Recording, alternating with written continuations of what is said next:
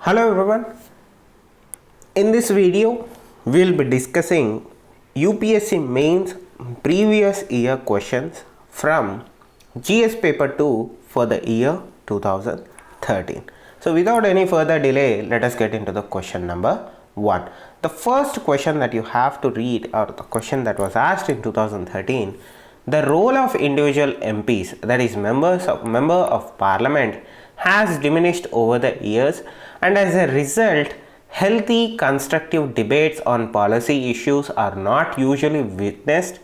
How far can this be attributed to anti-defection law, which was legalized but with a different intention? So to answer this question, what are the keywords? Let us look at the keywords, because we are analyzing, we are not trying to solve the question itself or provide a solution to it.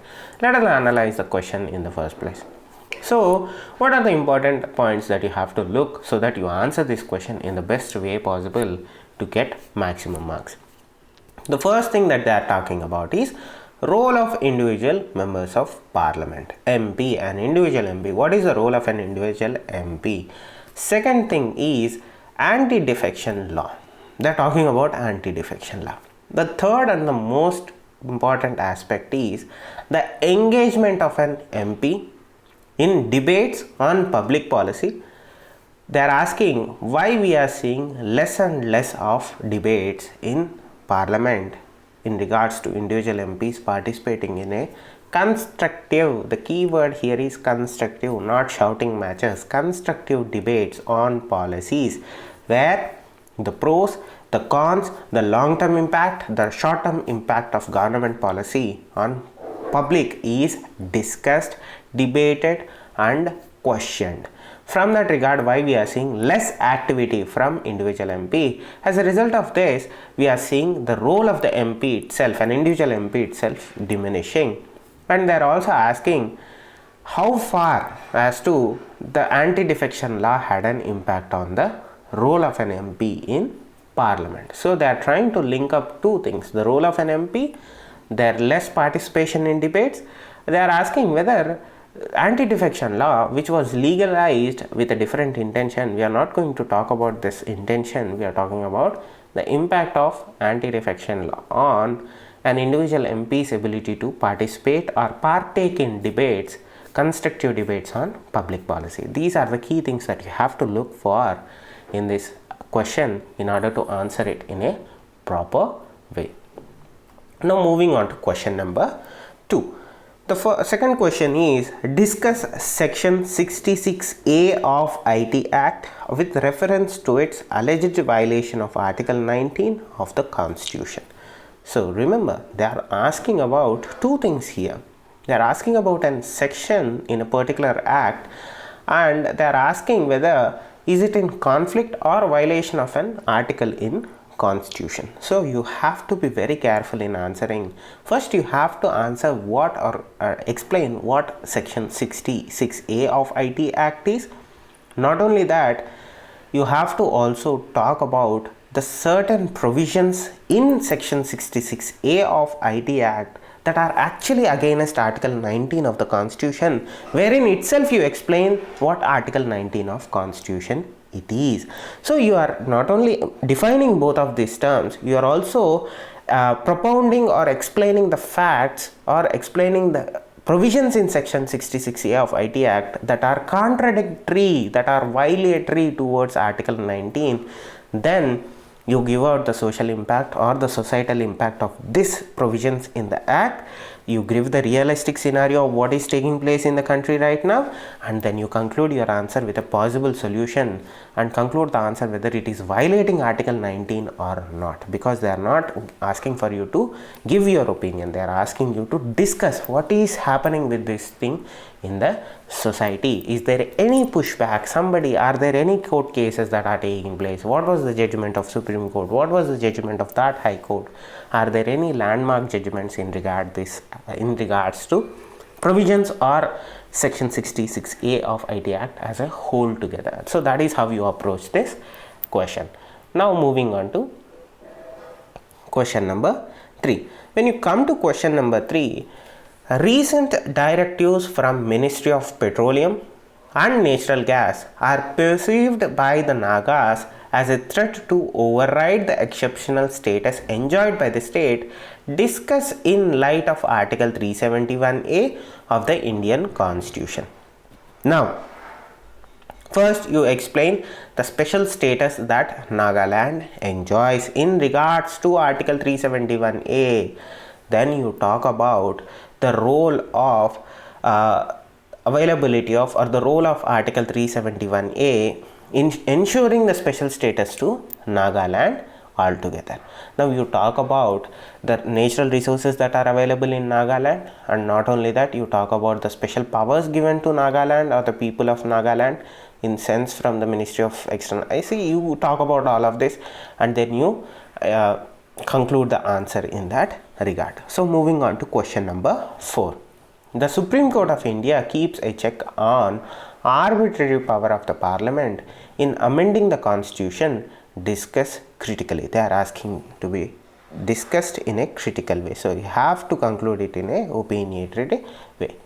So first you talk about the Article 368, because this provides the ability of the Parliament, or gives the Parliament the ability to amend the Constitution. So you talk about Article 368, you talk about the amending power, then you bring in the Supreme Court by quoting examples, instances or judgments where the Supreme Court had to intervene in this regards, intervene in regards to amendments made by the Parliament in regards to the Constitution.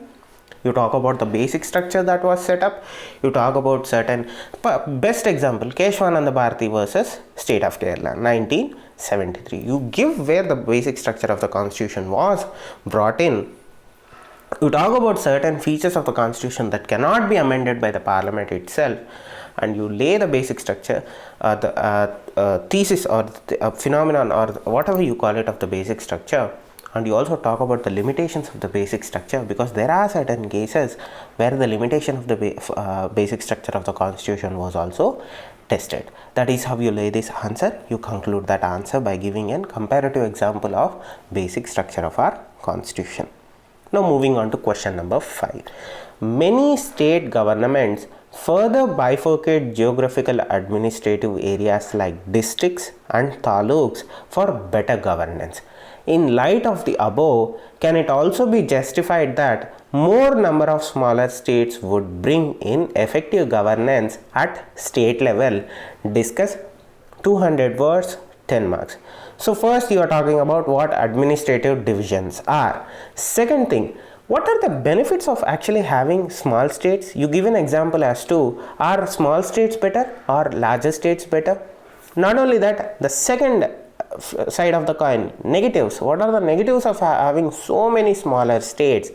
What are the burdens of having so many smaller states on the overall administrative of that state altogether? And finally you assess whether that is the need of the hour or not. You give a comparison with other countries or sometimes with other states where you have, let us say you have a bigger state like Uttar Pradesh where there are large number of districts, and you compare it with a smaller state like Haryana or something like that where the administrative jurisdiction is limited, and you give as to compare. Though they are not comparable, but the overall output of administrative machinery in those states has to be given a comparative example, not in numbers, but you just give an example as to that.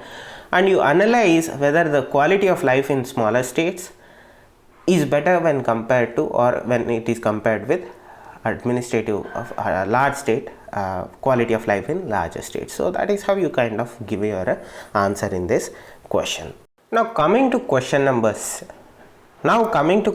6. Constitutional mechanisms to resolve the interstate water disputes have failed to address and solve the problems.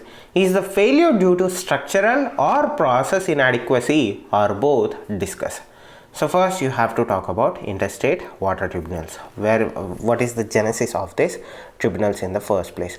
You go back to the River Water Disputes Act of 1956. You talk about the Article 262 of the Constitution, and you talk about certain tribunals, particularly the Krishna Kaveri Tribunal. You talk about other tribunals. You talk about the Kaveri dispute that is taking place in southern states, and you talk about certain committees that were established by the government of India to address these interstate water issues, and you conclude the answer by saying that no, this is not actually working. These tribunals do not only suffer from structural issues but also from process issues where they are inadequate in dealing, or their processes are inadequate in addressing the interstate water disputes. Now moving on to question number 7. Discuss the recommendations of 13th Finance Commission which have been a departure from the previous commissions for strengthening the local government finances. First you go for 13th Finance Commission. Now in the 13th Finance Commissions, they particularly talk about distribution of finances in two formats, right? They talk about two types of grants.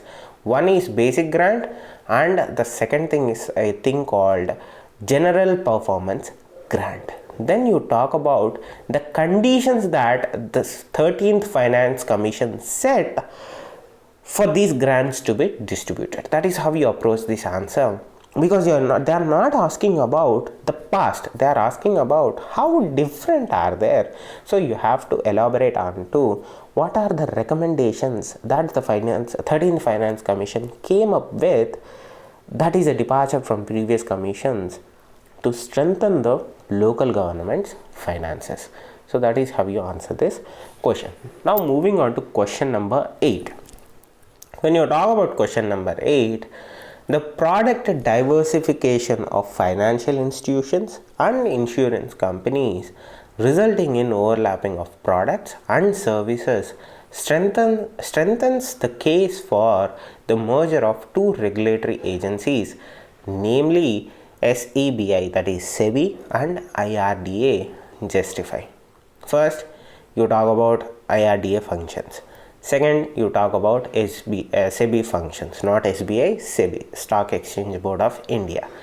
Now you talk about why they are talking about merging these two regulatory agencies. Now you talk about financial institutions and insurance companies.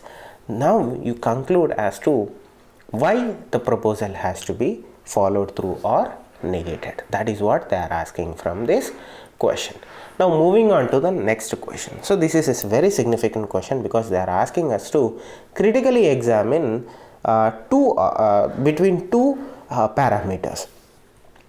Now what is the question? The concept of midday meal scheme is almost a century old in India, with early beginning in Madras Presidency in pre-independent India.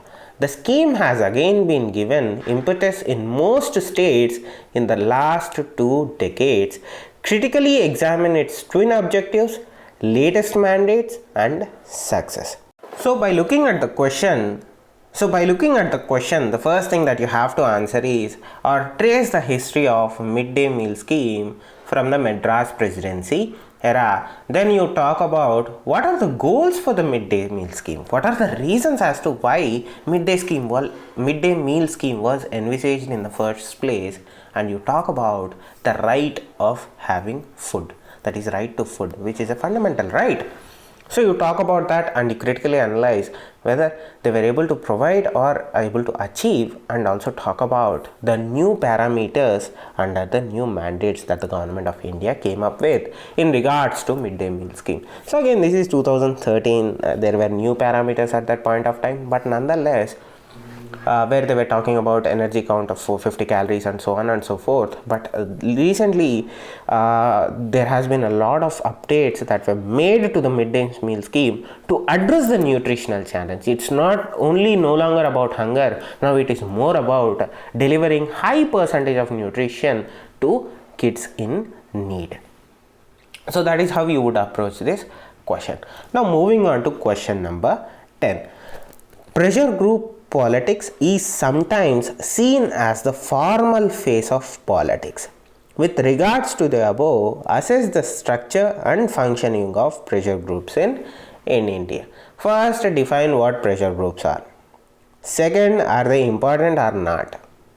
Now you give examples of some pressure groups in our country, and finally you conclude whether they play an important role or not. Particularly some examples are, there is this both Hindu groups, there are Christian groups, there are Muslim groups, and you kind of explain as to give an example of those groups and conclude your answer whether they are effective or not. Now moving on to question number 11. When you come to question number 11, the question is the legitimacy and accountability of self-help groups, SHGs, and their patrons, the microfinance outfits, need systematic assessment and scrutiny for the sustained success of the concept. Discuss. First, you talk about self-help groups. Second, you kind of explain what is their current state. Not only that, you point out the advantages of or the success stories of self-help groups, all while elaborating on the negatives or the failures of self-help groups. Finally, you take that negatives and you recommend certain solutions so that the overall quality of self-help groups or the overall ability of self-help groups overcome those issues. That is how you address this question. Now moving on to question number 12. The central government frequently complains on the poor performance of state governments in eradicating suffering of the vulnerable sections of the society. Restructuring of centrally sponsored schemes across the country for ameliorating the cause of vulnerable sections of the population aims at providing flexibility to the states in better implementation. Critically evaluate interstate relations. Second thing, you talk about what are central sponsored schemes. You talk about how they are implemented. Now then comes the core part of the answer. Where is this mismatch happening between the idea or the implementation ideology of the central government and the implementational ideology of the state government? Because at the end of the day, the central government is not happy with how the states are implementing the central government's schemes. You point out the problems. Now you come up with a possible solution as to how a certain equilibrium is brought between the center and the state when a centrally sponsored scheme is being implemented by the state government, and then you conclude the answer with that solution. Now moving on to question number 13. Electronic cash transfer system for the welfare scheme is an ambitious project to minimize corruption, eliminate wastage, and facilitate reforms. Comment 200 words, 10 marks. First, you have to see, we are trying to understand the question, right? What they are asking here, they are asking about electronic cash transfer system. Explain that, define that. What are the schemes that this electronic cash transfer system is being implemented? Now you talk about the benefits of having an electronic cash transfer system in your social welfare projects or your public welfare projects. Then you point out where are there some areas and in which we can see some development or some growth in terms of implementing or bettering this electronic cash transfer system, and you provide certain solutions or way forwards to this issue, and there you have a good answer for it. Now moving on to question number 14. I'm still stuck in that old ways. So question number 14 is the basis of providing urban amenities in rural areas, PURA, providing urban amenities in rural areas, is rooted in establishing connectivity. Comment. First, to explain the idea of PURA. To answer this question, the first thing that you do is you explain the concept of providing urban amenities in rural areas. Then you go on to explain how it should be done and what are the advantages of it.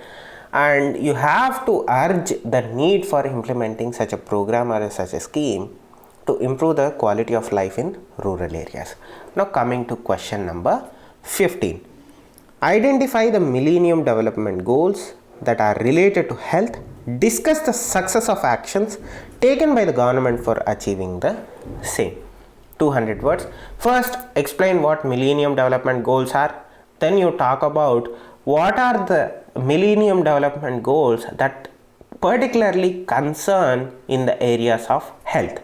You link up those two issues, and then you bring how the government of India is approaching the concept or the idea of Millennium Development Goals, where you talk about certain programs that the government of India came up with in the areas of health that are aligned with the Millennium Development Goals, and you give certain examples and you conclude whether they have been successful or not, and some possible future programs that India can adopt to fulfill its commitments through Millennium Development Goals. Hope you have liked the video. Please do like the video. Please do share this video with your family and friends. If you have not subscribed to the channel, please subscribe to the channel. Turn on the notification by clicking the bell icon so that you don't miss any upload in the future. And once again, thanks for watching. Hope you have learned something new in this video. Thank you.